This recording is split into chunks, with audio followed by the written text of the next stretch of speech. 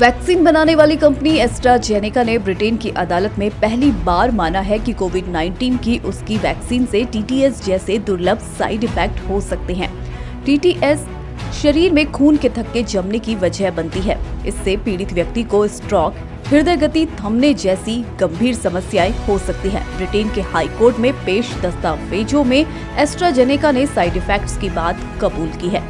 हालांकि वैक्सीन से होने वाले साइड इफेक्ट्स को स्वीकार करने के बाद भी कंपनी इससे होने वाली बीमारियों या बुरे प्रभावों के दावों का विरोध कर रही है। यह खबर भारत के लिए भी बेहद महत्वपूर्ण है, क्योंकि यह कोविड-19 के प्रसार के दौरान बड़े पैमाने पर ऑक्सफोर्ड एस्ट्राजेनेका की इसी वैक्सीन को कोविशील्ड के नाम से इस्तेमाल किया गया था। भारतीय company serum institute of India ने एस्ट्राजेनेका से हासिल लाइसेंस के तहत देश में इस वैक्सीन का उत्पादन किया था और इसे सिर्फ भारत के कोविड टीकाकरण अभियान में ही नहीं इस्तेमाल किया था, बल्कि दुनिया के कई देशों को निर्यात किया गया। कोविशील्ड के अलावा इस वैक्सीन को कई देशों में वैक्स जेवर या ब्रांड नाम से भी बेचा गया था। एस्ट्राजेनेका पर यह मुकदमा जेमी स्कॉट ने दायर किया है, जो इस टीके को लेने के बाद ब्रेन डैमेज के शिकार हुए थे।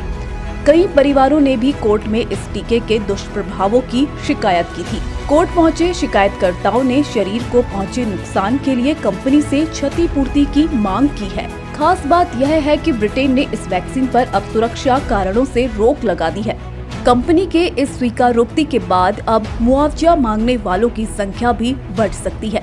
भारत में कोविड के बाद ऐसी मौतों की संख्या अत्यधिक बढ़ गई थी, जिनमें कारण का स्पष्ट पता नहीं चला था। इनमें से अधिकांश को किसी न किसी शारीरिक समस्या से जोड़कर देखा गया और सरकार व स्वास्थ्य जगत ने यह कभी नहीं माना कि कोविड वैक्सीन के साइड इफेक्ट्स के कारण ऐसा हो सकता है।